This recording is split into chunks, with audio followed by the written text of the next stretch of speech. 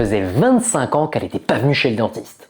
Aujourd'hui, j'ai reçu Sophia en consultation et elle m'a tout de suite fait part de la maladie qui l'a empêchée de venir pendant 25 ans. La dentophobie ou peur du dentiste. On n'en parle pas suffisamment. Mais cette phobie, elle est bien réelle, puisqu'elle touche environ un patient sur 10. Et le simple fait de prendre un rendez-vous et de venir au rendez-vous, c'est déjà une victoire en soi. Alors on a tous une certaine appréhension lorsqu'on doit aller chez le dentiste. Même nous les dentistes. Mais là, c'est un tout autre niveau et ça provient la plupart du temps d'une expérience passée assez traumatisante. Alors si vous aussi vous êtes dans la même situation que Sophia, on a mis en place un système d'accompagnement de façon progressive pour faciliter le parcours de soins. En premier lieu, dès la prise de rendez-vous, on vous encourage à nous faire part de vos craintes et de vos expériences passées. Cet échange, il est capital parce que c'est la première étape de la guérison. Ensuite, on vous dirige vers les praticiens qui ont été formés à cette prise en charge de la dentophobie. Ici, c'est loin d'être une consultation habituelle et on prévoit encore plus de temps que d'habitude.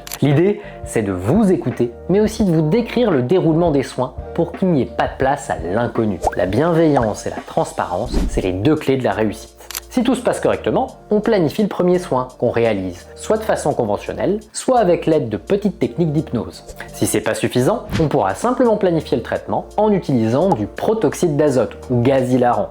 C'est un sédatif réversible qui n'est pas toxique, qui vous détend et qui supprime aussi les sensibilités. Et enfin, sachez que si malgré tout ça on ne parvient pas à réaliser le soin, il est toujours possible de vous soigner sous anesthésie générale grâce à notre équipe d'anesthésistes. Peu importe votre degré de phobie dentaire, car le principal, c'est de vous réintégrer dans le parcours de soins et vous redonner confiance en la médecine dentaire contemporaine.